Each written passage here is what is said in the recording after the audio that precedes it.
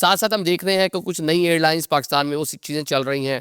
बहुत सी दुनिया की बड़ी एयरलाइंस हैं जो पाकिस्तान में अपना फ़्लाइट ऑपरेशन उसको मज़ीद एक्सपेंड कर रही हैं।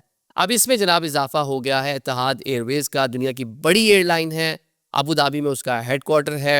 और आपको मालूम ही है कि दुनिया में नए 16 रूट्स उन्होंने साल 2025 में शुरू करने का फ़ैसला किया था।